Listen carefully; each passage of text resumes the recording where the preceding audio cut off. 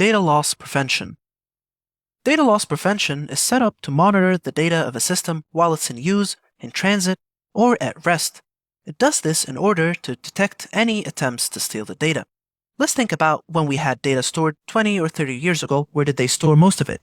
Well, most businesses stored it, printed off, and in a filing cabinet. And if someone wanted to get that, they'd have to break into your offices, open the filing cabinet, and physically take the files. This limited the amount of information that somebody could steal from you, because they really could only steal what they could carry with them. Then we started allowing people to work remotely, and a lot of the data was stored on laptops. If you happened to stop for a lunch and you left your laptop sitting in your car, somebody could have broken into your car and stolen your laptop, and they now have access to all the data that was on it. The next evolution in data theft occurred when we started using external hard drives. These started being used all throughout our offices. These hard drives could hold large amounts of data. We could plug it into the network through our laptop and download a ton of information and data. Then could walk out of the building with it. But these were kind of large and easy to detect.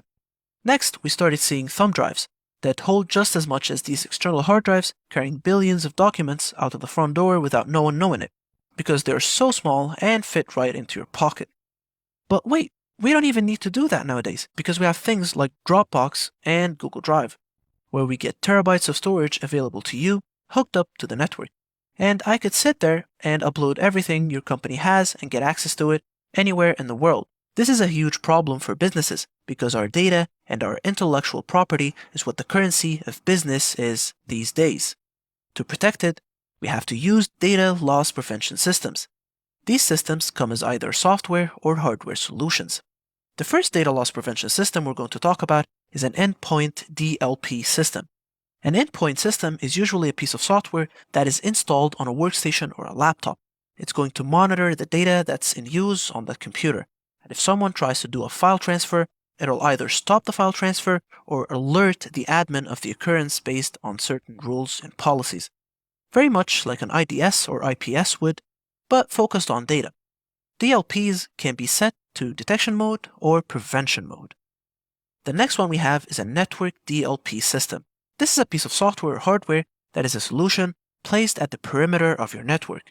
Its sole function in life is to check all of the data going into and out of your network, with a special focus on things going out of the network.